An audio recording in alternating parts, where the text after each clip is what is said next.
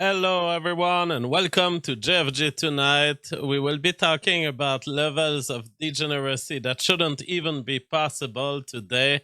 Rekieta lost children taken after ecstasy fueled craze at some underwear gay karaoke bar alongside his wife and live-in girlfriend. Has been arrested, his children taken away from him due to irresponsible behavior that has built up apparently over the years. But this is the story of a YouTuber who had everything going for him. Rekieta was the news of 2022-23. It was the rising channel. It was a new genre, this whole legal analysis genre. We never had this in my generation of YouTuber, and so it was the most popular podcast that were live, that were not in the already established YouTube elite. And he couldn't handle it. He couldn't handle the rise to fame and ultimately his psychopathic trait. And this is what happens with leftism. You have no moral pillar. You get this massive amount of money. Not many of these leftist YouTubers can handle that much success. Too much money to spend, too much glory, too easy. And only people like me will take this and just make a viable future for themselves. For leftists who are impressed at this whole grandiosity of it, they will spend all that money on drugs, prostitutes, and end up in jail. Based Saxon says Dick Masterson, a reaction on his show. The biggest problem was pretty funny. Well, Dick Masterson is always funny and interesting. I loved going there to do some gallows humor as part of the disappearance of Mama JFK. That was fun. Based Saxon says when you bring another woman into your home and start doing drugs, things aren't going to get better. Yeah, and people point to the fact that he may be some kind of a Christian, although not maybe not a super strongly Christian person, but identifies as some kind of a Christian with 6 children. But 6 children, and apparently he cares so little about them that he was constantly on drugs around them to the point where someone reported him. They say that it's a mandatory report. So generally, when they say this, it's either the police or a hospital staff that felt bound by law to report, hey, this guy is totally drunk, totally on drugs, and I have to report. Now, I'm not a fan of these systems of reporting, so it's hard to fully enjoy the the pain of this guy due to his own degeneracy, knowing that these are systems of injustice. But this is, in this case, it does seem that he was living a truly degenerate life. He admitted it himself on streams. He was going to these gay bars that his wife, can you imagine this? And he has this whole, alternative engagement ring, like skater punk blue band engagement ring. And he's going with his wife to this gay karaoke bar where they won't let you get in with clothes. I mean, that is just how it is. You need to come in with your underwears. And he's on MDMA, and there's 2 guys trying to fuck him in the ass in front of his wife. Oh, they didn't succeed. They didn't succeed, is what he says. I mean, if you put yourself within remote distance and any sort of close distance to anal penetration by men, and your big takeaway is, well, they didn't succeed at least. You're looking for trouble. Shamrock Shake says hopefully the kids are with family. I shudder to think what happens to them in the foster system. Oh yeah, totally horrible. The foster system is just wrong, but the layer above the foster system, which is the system of social worker lesbians, that are going around and deciding what heterosexual families do with their children and judging them for being insufficiently good parents and doing so on absolutely questionable legal and factual basis. That is extremely worrying. This guy is the story of fame, YouTube, and degeneracy. YouTuber liar Nicholas Roberta Rekieta, 42, and his wife Kayla Christine Rekieta, 40, both booked this morning on probable cause charges of possession of a controlled substance and possession of a firearm while using a controlled substance. The YouTuber in charge of the legal podcast Rekieta Law, which was the rising force in podcast. It was one of the most attended live streams. Went very popular during the Johnny Depp trial and then rolled on many other success trial.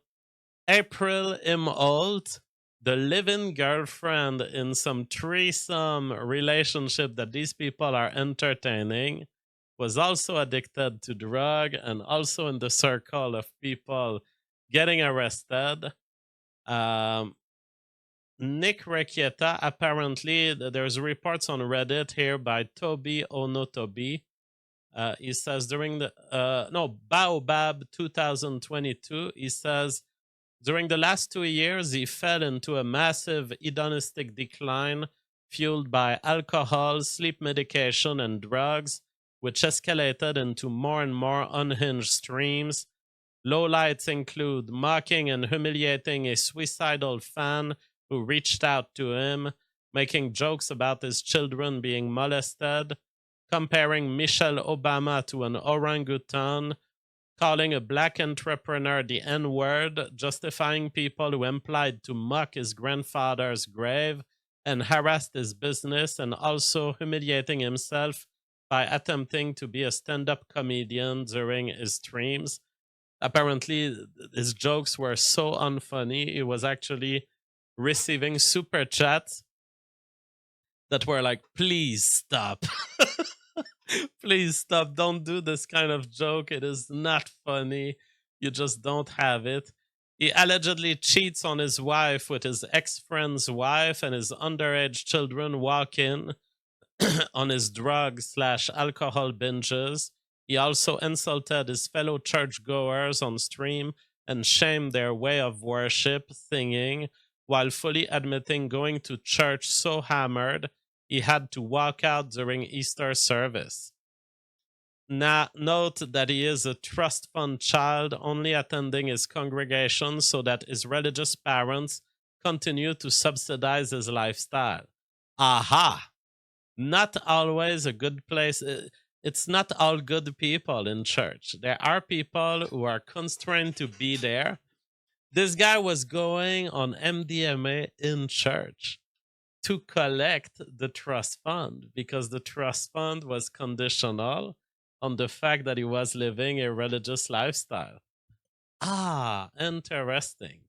All this is just scratching the surface. It becomes really crazy once you consider he was putting on a conservative, family centered, religious liar man persona beforehand.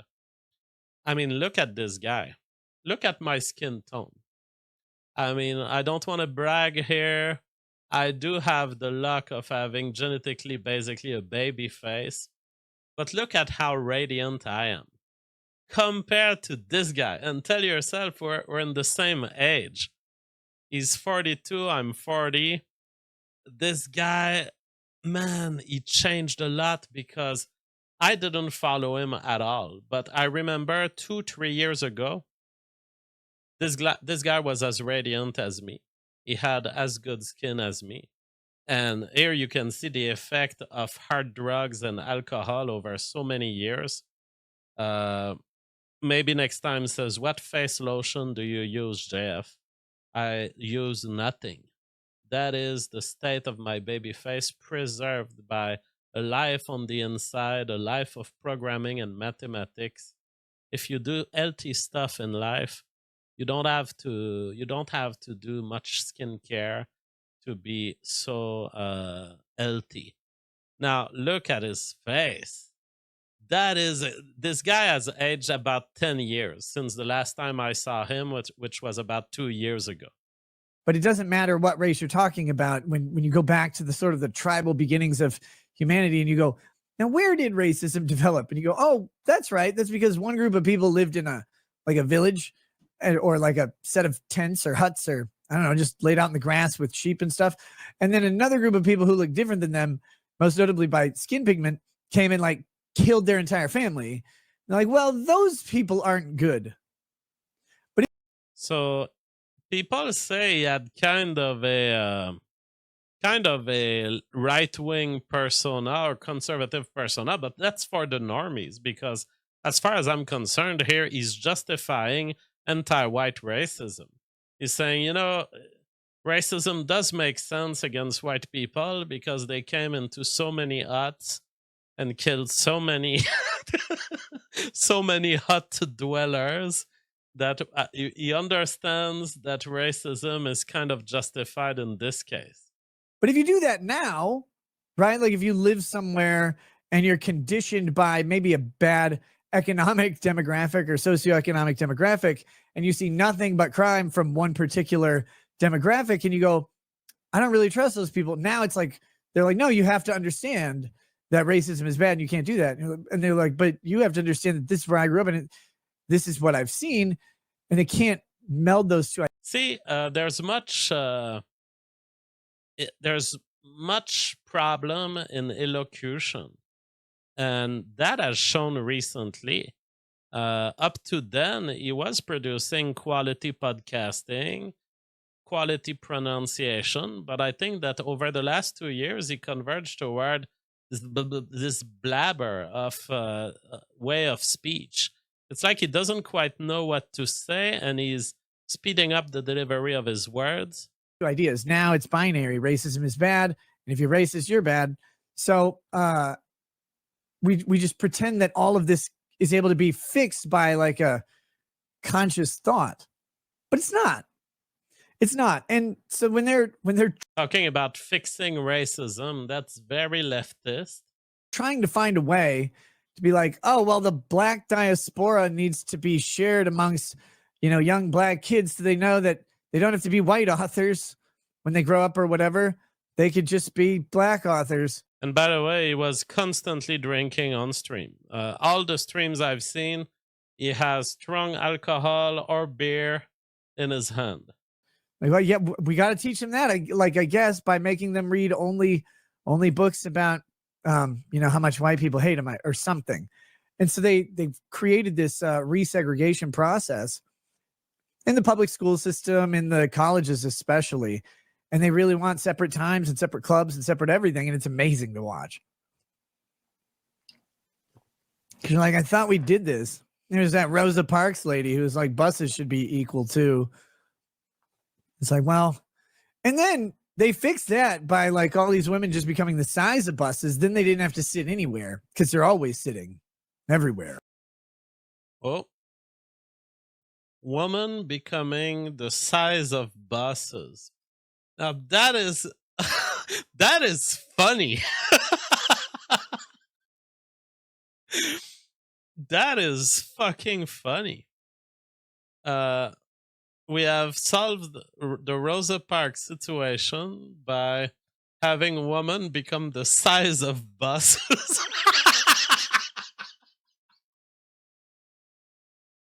And so they're always sitting everywhere. Oh my God. And I think he actually gets a super chat for that joke. The only joke that I just got it, and I'm laughing at it. But actually, I think he's getting a super chat to warn him that this joke is unacceptable and it's pissing off his fan base. So I don't know. Maybe Rekieta with enough doses of ecstasy and beer, he was headed toward a JF level of humor that I could appreciate. But that's not the demand. On YouTube, they expect very different from this type of humor.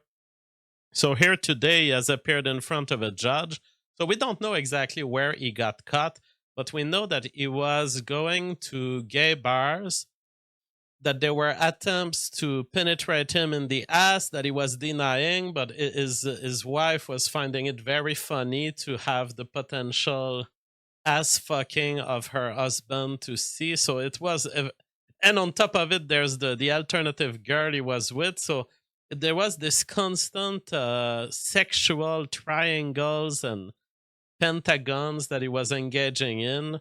Then in these bars, there were also lesbians that his wife was bringing him to the lesbians as a kind of birthday reward for him.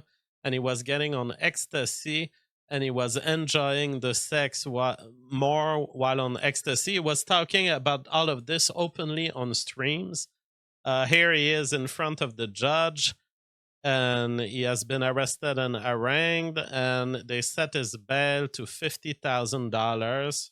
Handles this going forward. There's a game to play here. Oh, well, somehow it restarted. Let me go back to the timestamp. Where was it?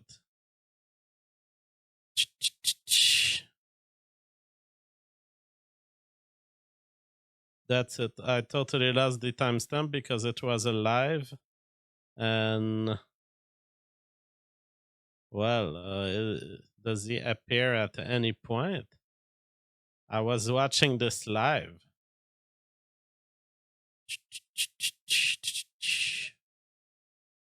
Okay, there he is. He can definitely play it the right way, and he knows how to. Before we do, a couple rules this morning, giving the amount of observers. First, you are to turn off your device so you are muted, and turn off your video. This is December 16, 1981.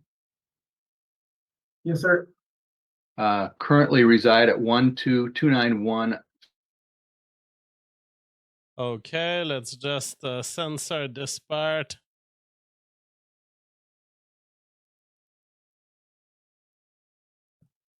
Okay. Your appearance today is based on 3 counts to a complaint order for detention. The record should reflect that Alex Kornahachi appears for the state of Minnesota. Mr. Rekieta, you are self-representing yourself at this point? Yes, sir. Okay. Count 1 is second-degree possession, 25 grams or more of cocaine. 25 grams or more of cocaine. Or methamphetamine. Or methamphetamine. This is in violation of Minnesota Statute 152.022, subdivision 2, print A, print 1. The maximum sentence for that count is 25 years in prison and or a $500,000 fine. Count 2 is possession of ammunition or any firearm with the user of controlled substances.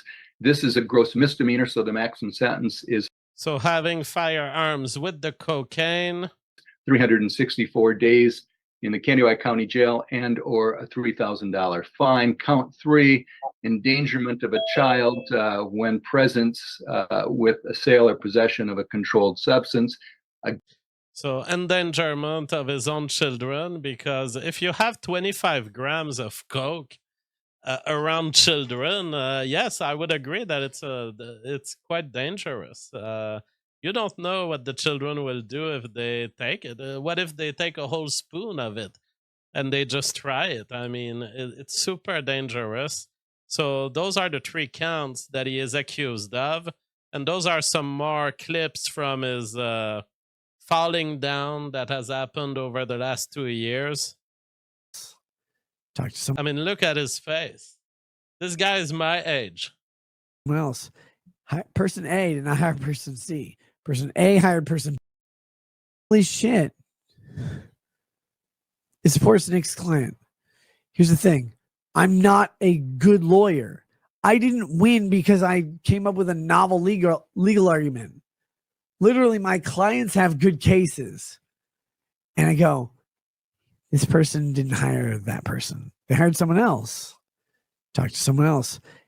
Person A did not hire person C. Person A hired person B. Person B quit. Person C sues person A. Person C is not in the company of person B. The court's like, well, why are you there? Like, because these people are working in my house. It should be simple.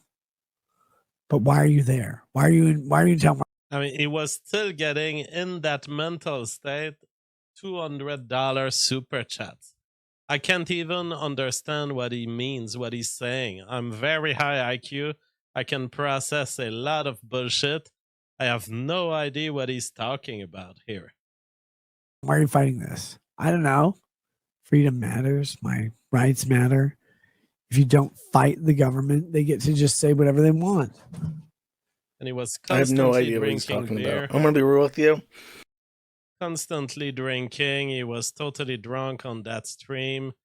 Here, he is explaining some of those drug-fueled nights that he was spending time in. Again, here's the thing. Lady Raggeds took me to the karaoke bar and then the underwear bar for my birthday. Right? We had a fun time.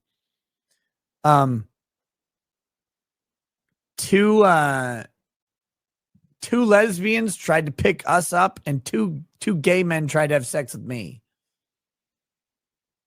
I don't know. None of them succeeded, but it was a good fucking time. He does have an enormous nose. I don't know how to interpret this fact, but he does. Have fun in your fucking life. How is the sex, Nick? Am I still sore? Bitch, I already told you I was on MDMA. The sex was fucking fantastic. So here, saying that he didn't get caught by the gay guys, but the sex was fantastic. So was it sex with his wife, with the lesbians? Or was it sex, or did he end up having gay sex with the guys? Or was it sex at the gay bar with his wife? I don't know. But some sex did occur under MDMA.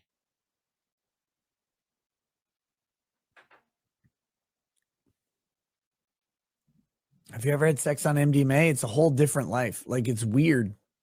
You don't want to do it every day. You do not want to do it every day. Like, MDMA every day will kill you. What a pathetic man. This man is at the peak YouTube. Like, you could just... He could have stopped his YouTube career and have money forever.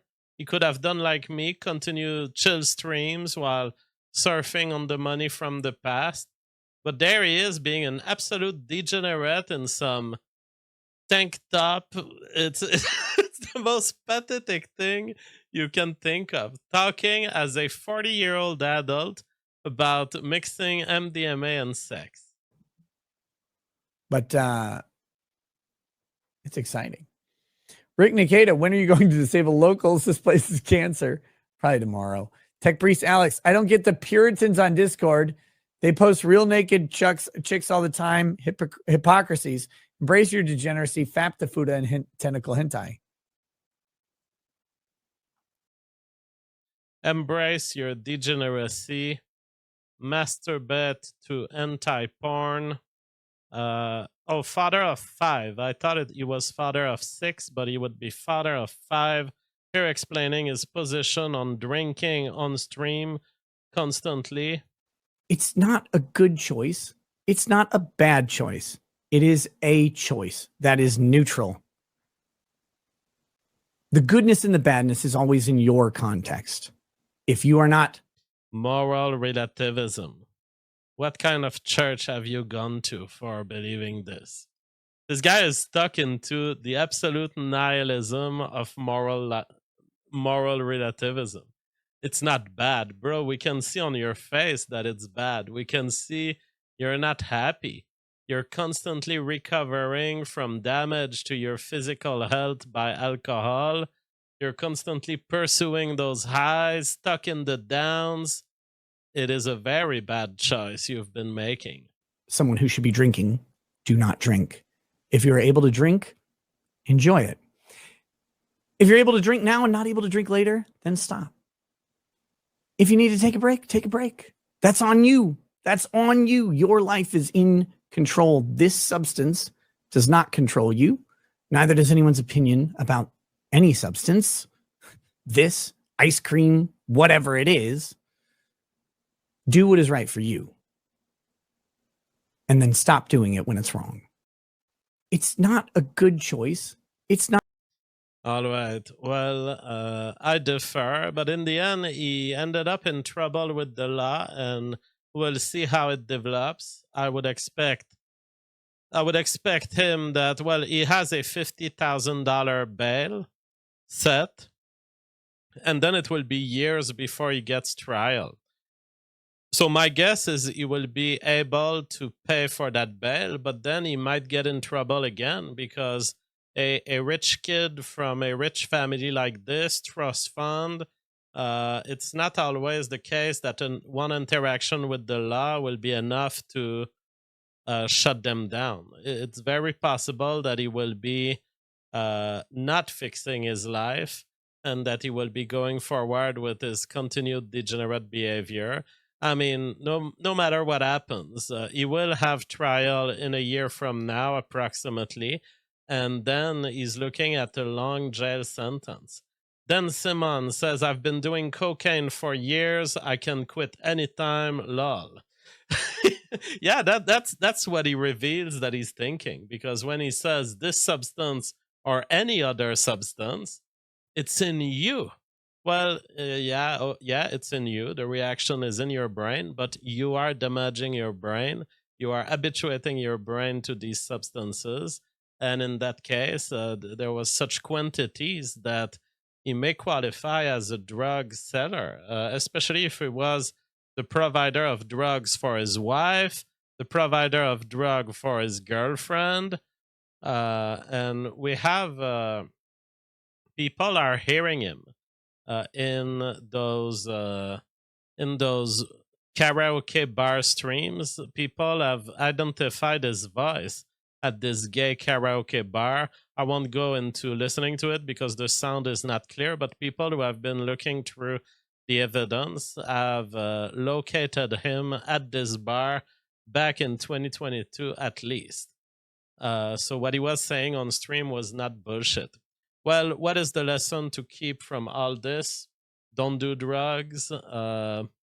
Don't do alcohol even is not super good for you. If you can use it in very restricted amounts, you will be better off as much as you can avoid. Tillerson says the brain scans from long-term cocaine users is all fucked up, messed up blood flow. Yes, messed up blood flow to decision-making centers of the brain, and really it totally disrupts your intelligence. Raised Fist says, I do cocaine every other year without addiction. I don't judge you for it, but I'm sure your life would be better off if you didn't. I really don't care, but why? If you can get rid of this cocaine every 2-year habit, you would be doing better, I'm sure.